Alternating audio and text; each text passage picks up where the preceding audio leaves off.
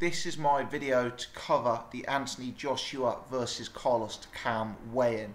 For those of you who missed it, full fight breakdown and prediction went up on the channel Thursday night yesterday, so please do give that a look.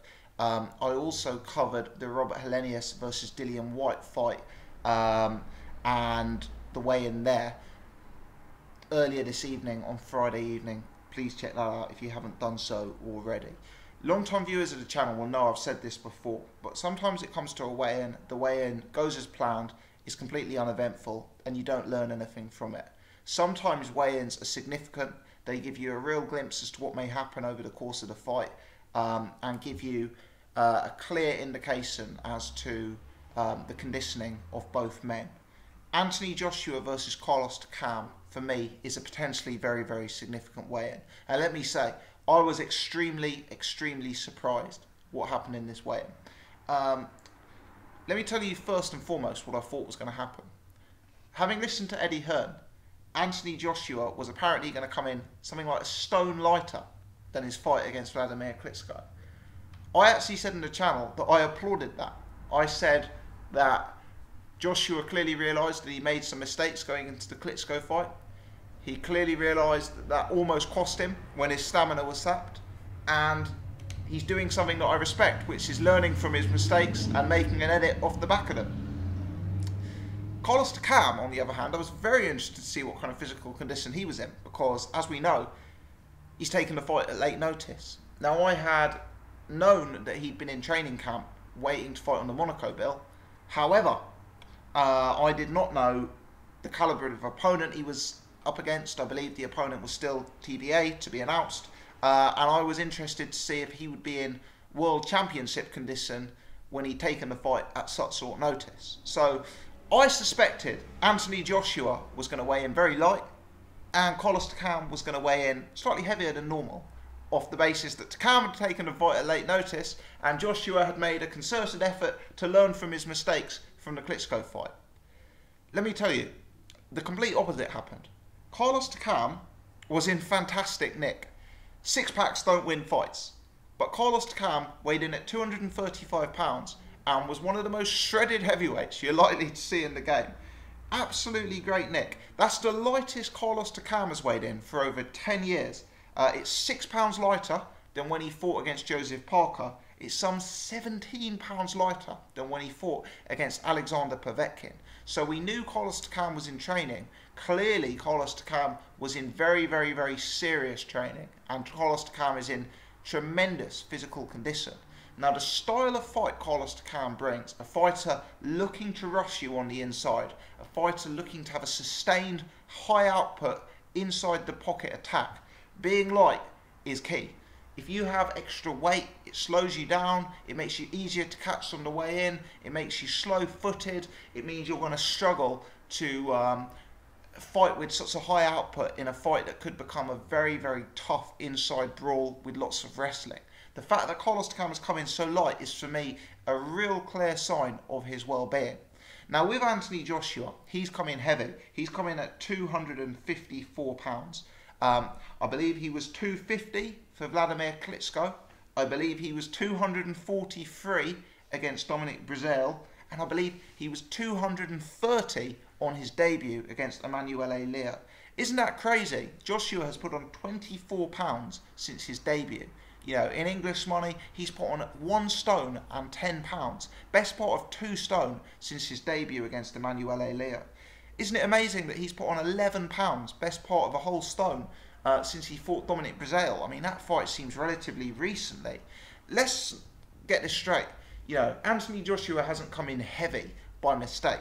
They've known what he was going to come in at. Joshua's operating at a level at the very top of the sport. He probably is the biggest name in world boxing right now. They've known exactly what his weight was. You know, it's not the kind of thing you mess up when you have the type of preparation and type of people that will be surrounding Anthony Joshua. You know, he's come out after the fight and said that his body is naturally thickening up and that he's naturally getting a bit more heavy set. Clearly, big men do continue to get heavier and thicker set as they get older. But for me, the 230 pounds he was on at debut to 254 now is really significant. Yeah, for me that is more significant than just saying he's thickened up. You know, I don't know if it's a diet thing, I don't know if it's a lifting weights thing, but Anthony Joshua is becoming increasingly heavy set. And if he's 254 at this stage of his career, will be interesting to see how high he gets in future fights. You know, not inconceivable at all. If you factor in he's put on 24 pounds since his debut, could he end up in the 260s? Could he end up even higher than that? Not completely out of the question. Now, the fact that Eddie Hearn said Joshua was going to be a stone lighter, for me a stone was always ambitious. You know, that seemed like a lot to lose. But Eddie Hearn, when Joshua was talking about it afterwards, you could see Eddie Hearn kind of laughing. So I don't know if that was a joke from Eddie Hearn. I don't know if that was his attempt to kind of trick the boxing public. I don't know if that was his attempt to put out some false messages around Anthony Joshua's preparation, so the opponent, Carlos Takam, would maybe get an incorrect perspective of what kind of shape Joshua is going to be in and what kind of tactics. Yeah, perhaps it was all intentional. Perhaps there was some some method to Eddie Hearn's madness. I don't believe that Eddie Hearn would have just got that wrong. He's clearly put out incorrect information, and either he's done it for some sort of attempt at humour, or he's done it to try and lead someone the wrong way. I don't know. But Joshua's coming very heavy.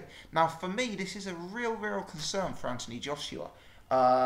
Joshua has looked on 2 occasions now like a fighter who had run out of gas, and both of them were comparatively early on in fights.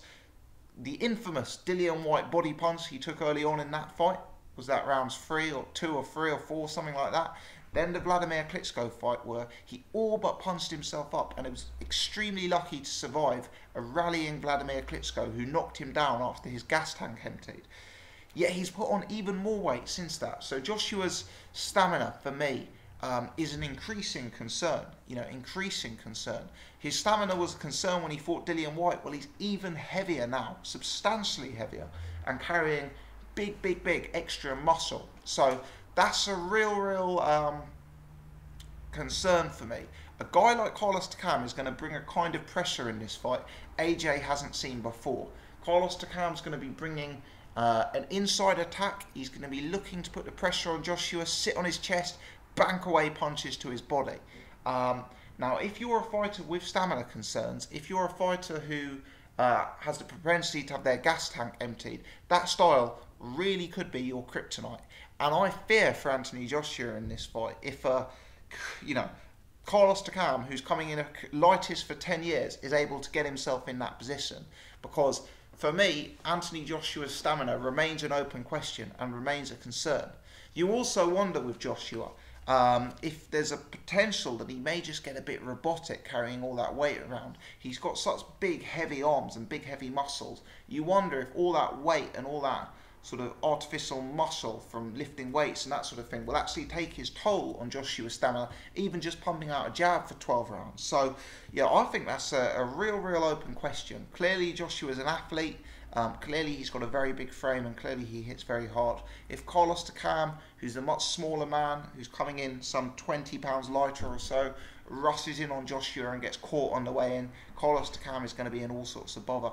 But for me, this weigh-in makes me give Carlos Takam a bigger chance than I did previously. And as I say, I'm not going to cover the stuff I covered in my full fight breakdown. If you want to watch that, went up on the channel Thursday night, please give it a look. But what I will say is, for me, this increases Carlos Takam's chance of success in this fight.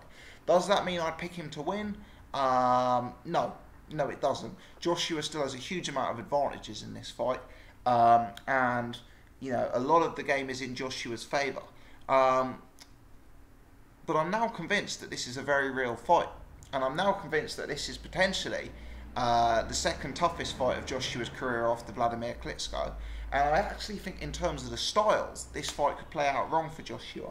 I suspect Carlos Takam will ask severe questions of Joshua, and maybe even make him look bad for a couple of rounds. You know, we're yet to see the opponent, certainly at a decent level in the professional boxing ring, who looks to put it on Joshua, who looks to close him down, step inside that long range 1-2, sit on his chest, take the reins away from him, and go to work. And if Carlos Takam does that, it's an open question how Anthony Joshua will respond. Anthony Joshua's defence, Anthony Joshua's stamina, Anthony Joshua's durability have always been key questions throughout his career today. He answered a lot of those in the Vladimir Klitschko fight, but Klitschko's a tall, rangy, long guy who's going to stand off you and throw a 1-2. Carlos Takam poses a completely different threat, and how Joshua will respond to that is currently an unknown. For me, a very, very interesting fight. Increasingly so, I'm much more excited for it than I was, having seen what good a condition Carlos Takam is. We saw what shape he was in at the public workout. He looked full of energy, throwing lots of punches, fast punches in flurries with snap. And now you see the kind of physical shape he's in, how cut up he is, and what weight he's in. It confirms how good he looked at the public workout. As for AJ, AJ is an elite fighter. So far in his career today, Carlos Takam has showed himself to be a very, very good fighter, not an elite fighter. AJ's younger, he's the home fighter, he's got all the momentum, he's had more notice for this fight, he punches a lot harder, he's a lot bigger, he's got exceptional timing, he's got some real punches in his arsenal, the straight right, the uppercut. He's got a lot going for him in this fight. But as for AJ, I do not think this increasing weight gain is a good sign.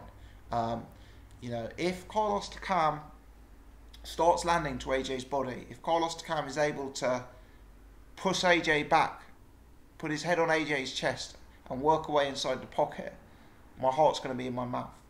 Let me know your thoughts. How significant is this weigh-in? Am I reading too much into it? Is the gap in class here too vast to simply be made up by AJ coming in a few pounds higher and Carlos Takam coming in a few pounds lower? I think it's significant. I was dubious as to whether Carlos Takam would be able to put up much of a fight having come in at late notice.